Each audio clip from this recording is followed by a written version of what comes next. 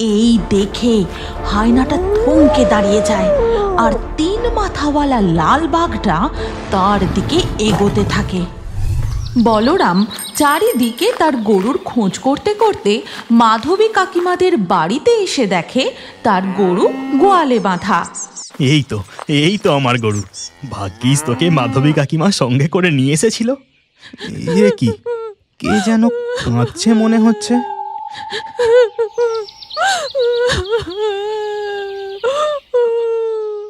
বলরাম দাওয়ার দিকে তাকিয়ে দেখে মাধবী কাকিমা ফুঁপিয়ে ফুঁপিয়ে কাঁদছে। মাধবী কাকিমা, তুমি এভাবে কাঁদছো কেন? কি হয়েছে? আমার স্বামীকে ওই সাদা হায়নাটা। এ তুমি কি বলছো মাধবী কাকিমা? গৌতম কাকার কি হয়েছে? কাকা কোথায়? তোর কাকাকে যে ওই সাদা হায়নাটা টেনে নিয়ে গেছে। কাকাকে সাদা হায়নায় টেনে নিয়ে গেছে? কিন্তু এমনটা কিভাবে হলো? সেদিন কোনো রকমে আমাদের আর তোর গরুটাকে বাঁচিয়ে জঙ্গল থেকে বেরিয়ে আসি। এরপর মাধবী বলরামকে তার পরের সমস্ত ঘটনা খুলে বলে। আর সবকিছু শুনে, তুমি চিন্তা করো না কাকিমা, আমি এক্ষুনি গ্রামের লোকজনদের নিয়ে জঙ্গলে গিয়ে ভালো করে খুঁজে দেখছি। এই কথা বলে বলরাম গ্রামের বেশ কিছু লোকজন নিয়ে সুন্দরবনের জঙ্গলের ভিতরে প্রবেশ করে। তারপর অনেক খোঁজাখুঁজি করেও মাধবীর স্বামীর কোনো চিহ্ন পাওয়া যায় না। চলো দীনেশ কাকা, আমরা একটু ওই নদীর পাড়ের দিকটায় গিয়ে খুঁজে দেখি। হ্যাঁ, চল তো গিয়ে দেখি। তারা সবাই নদীর পাড়ের দিকে গিয়েও অনেক খোঁজাখুঁজি করে, কিন্তু সেখানেও গৌতমের কোনো চিহ্ন নেই। এমন সময় জঙ্গলের দিক থেকে নদীপথে একটা নৌকা আসতে দেখে বলরাম জিজ্ঞাসা করে, ও মাঝি ভাই, বলি জঙ্গলের দিকে কি কাউকে আহত অবস্থায় দেখেছো গো? না গো ভাই, এমন কাউকে তো দেখিনি, কিন্তু ওই দিকের জঙ্গলের গহীনে খুব দূর থেকে যেন কারো গোঙানির শব্দ পাচ্ছিলাম। তাই আমি নৌকাটা নদীর পাড়ে দাঁড় করিয়ে, আমি কি ঠিক শুনছি? এটা যেন কারো গোঙানির শব্দ। হ্যাঁ, আমি ঠিক শুনছি। ওই তো জঙ্গলের মধ্যে ওই গুহাটার ভিতর থেকে শব্দটা আসছে যেন। এমন সময় ওই গুহার ভিতর থেকে বেরিয়ে আসে ওই দৈত্যাকার সাদা হায়না। ওরে বাবারে, এই যে ওই সাদা হায়নাটা। হায়নাটা রহিম মাঝিকে দেখতে পেয়েই সে নদীর দিকে এগিয়ে আসে। হে আল্লাহ, এ যে আমার দিকেই এগোচ্ছে, আর এখানে নৌকা নিয়ে দাঁড়ানো ঠিক হবে না। তারপর আমি দ্রুত নৌকা চালিয়ে সেই এলাকা ছেড়ে পালিয়ে এসেছি। তার মানে গৌতম কাকা এখনো জীবিত? আমাদের আর এক মুহূর্ত দেরি করলে চলবে না, আমাদের এক্ষুনি ওই হায়নার গুহার দিকে যাওয়া উচিত। না না, খবরদার, ওই দিকে তোমরা যেও না। ওই দিকে ভারী বিপদ। ওই দৈত্যাকার হায়না খুবই ভয়ঙ্কর। বলরাম, আমাদের ওই দিকে যাওয়া ঠিক হবে না। চল, সময় নষ্ট না করে আমরা ফরেস্ট ডিপার্টমেন্টের অফিসে গিয়ে সবটা জানাই। অফিসাররা ঠিক গৌতমকে উদ্ধার করে নিয়ে আসবে। এরপর সবাই মিলে যায় ফরেস্ট ডিপার্টমেন্ট অফিসে। তারপর বড় অফিসার অবিনাশ বাবুকে সবটা খুলে বলে। আর সব কিছু শুনে, উপর মহল থেকে অর্ডার আছে, ওই দিকের জঙ্গলের গহীনে আমাদের যাওয়া এখন নিষেধ। আমরা এই মুহূর্তে কোনো সাহায্যই করতে পারবো না। সে কি অবিনাশ বাবু, আপনারা ছাড়া যে আমরা অসহায়। এখন এবার কি হবে? তোমরা এখন বাড়ি ফিরে যাও। এই খবরটা আমি উপর মহলে পাঠাচ্ছি। যদি অর্ডার আসে, কাল সকালে আমরা জঙ্গলের মধ্যে রেস্কিউ টিম পাঠাবো। ঠিক আছে অবিনাশ বাবু। এরপর গ্রামবাসীরা যে যার বাড়ি ফিরে যায়। বলরাম গিয়ে মাধবী কাকিমাকে আজকের সমস্ত ঘটনা খুলে বলে। তারপর সেও তার গরুটাকে মাধবীদের গোয়াল থেকে নিয়ে বাড়ি ফিরে যায়। এরপর ধীরে ধীরে রাত হয়ে যায়। ওদিকে জঙ্গলের মধ্যে দেখা যায় সুন্দরবনের জঙ্গলের মধ্যে হায়নাটা গৌতমকে একটি ফাঁকা জায়গায় ফেলে রেখে নিজে ঝোপের আড়ালে লুকিয়ে পড়ে। আর তারপরেই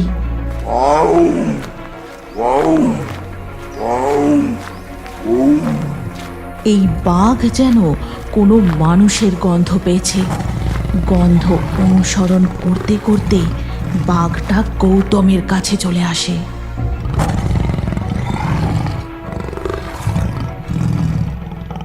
গৌতমের সারা শরীরে ব্যথা, সে নড়তে পর্যন্ত পারে না, শুধু দেখে একটা বাঘ তার দিকে ধীরে ধীরে এগিয়ে আসছে। চলে যা, আমার দিকে আসবি না, চলে যা, চলে যা। এমন সময় ঝোপের আড়াল থেকে হায়নাটা বেরিয়ে এসে কর্কশ শব্দে ডেকে ওঠে।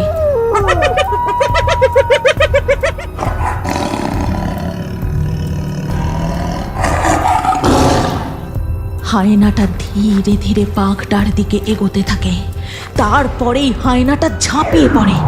ওই বাঘটার পাটা ধরে টানতে টানতে তার গুহার দিকে নিয়ে চলে যায়। এরপর রাত গড়িয়ে ধীরে ধীরে সকাল হয়ে যায়। অফিসার বাবু, দোহাই আপনাদের, আপনারা কিছু একটা করুন। আমার স্বামী এখনো জীবিত আছে, তাকে উদ্ধার করে নিয়ে আসুন। ওয়েট, এখনো উপর মহল থেকে কোনো অর্ডার আসেনি। আপনি স্থির হয়ে বসুন, এত ব্যস্ত হবেন না। একে একে ফরেস্ট অফিসে বলরাম ও বাকি গ্রামবাসীরা জড়ো হতে থাকে। আর ওদিকে জঙ্গলের গভীরে দেখা যায় বেশ কিছু বাঘ একটা পুরানো গাছের সামনে দাঁড়িয়ে ডেকেই চলেছে, যেন তারা কাউকে আহ্বান জানাচ্ছে।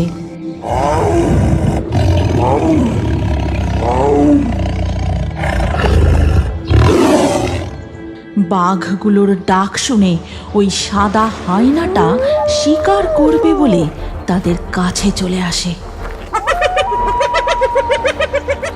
হায়নাটা বাঘগুলোকে ধরবে বলে এগিয়ে যায়। তখন বাঘের দল আরো জোরে জোরে ডাক দেয়। আর ঠিক তখনই ঝোপের মধ্যে থেকে বেরিয়ে আসে দানবীয় 3 মাথাওয়ালা লাল বাঘ। এই দেখে হায়নাটা থমকে দাঁড়িয়ে যায়, আর 3 মাথাওয়ালা লাল বাঘটা তার দিকে এগোতে থাকে। অফিসার বাবু, উপর মহল থেকে কি কোনো খবর এলো? না, এখনো কোনো খবর আসেনি। অত অধৈর্য হয়েও না, চুপ করে বসো। আমি বুঝে গেছি তোমরা কিচ্ছু করতে পারবে না। তোমাদের অপেক্ষায় থাকলে আমার স্বামী, না না না, আর নয়, আমি একাই জঙ্গলে যাব। এই কথা বলে মাধবী দৌড়ে সুন্দরবনের জঙ্গলের গভীরে চলে যায়। তারপর সে দৌড়তে দৌড়তে এসে পৌঁছায় সেই জায়গায়।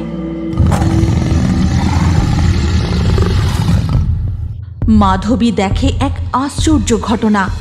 এক দানবীয় 3 মাথাওয়ালা লাল বাঘ ওই হায়নাটাকে শেষ করার চেষ্টা করছে। এমন সময় ওই সাদা হায়নাটা হঠাৎ ওই 3 মাথাওয়ালা বাঘটার পা কামড়ে ধরে।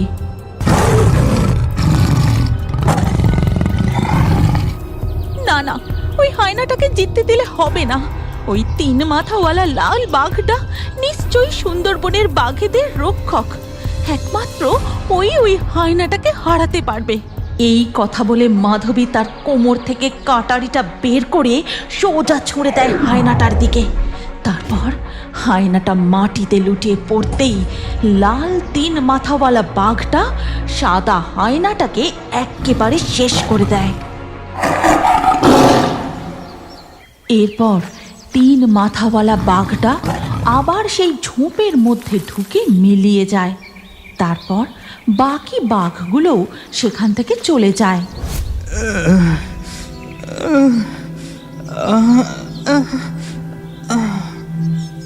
ওই দিকটা থেকে কার যেন গোঙানির আওয়াজ পাচ্ছি না, দেখি তো গিয়ে একবার।